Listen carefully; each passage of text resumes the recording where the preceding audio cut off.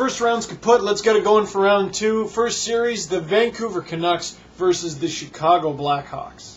And even though their captain's not even old enough to grow a proper playoff beard, look out for the Hawks. Because this is supposed to be a feisty series. Two teams that do not like each other. They're physical and they're full of pests. Now you got Vancouver, who has had over a week off after sweeping the St. Louis Blues.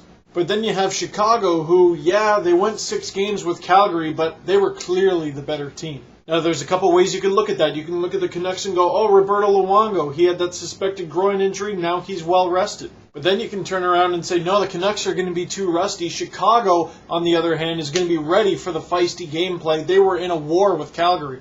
So if you're going to talk about momentum, yeah, I think Chicago should have the upper hand.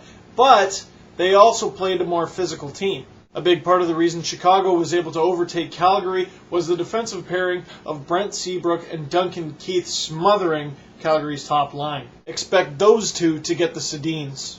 But then you look at the Canucks and you can say, well, yeah, they have Matthias Olin, but no matter who they have in defense, this guy's behind them. I would expect a lot of power play opportunities in this series with the two teams going right after each other. Someone's going to slip up at some point. It'll be interesting to see if the Canucks can get a little more out of Matt Sundin. He hasn't been his usual self. And another guy, while you don't want to force him into the lineup, Taylor Pyatt, it would be fantastic to see him back on the ice after all he's been through. For me, this series is really hard to call because I think it's two fantastic teams.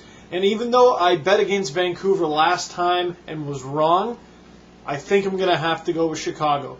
Because even though Khabibulin has played well, I still don't think he's quite as good as Luongo, but I go back to my theory that Seabrook and Keith can shut down the Sedins. But we'll have to see. I got 2 questions for you guys. 1, who do you think is going to win? And number 2, if you're Canadian, are you pulling for the Canucks? They're the only team left in this country. Anyway, enjoy.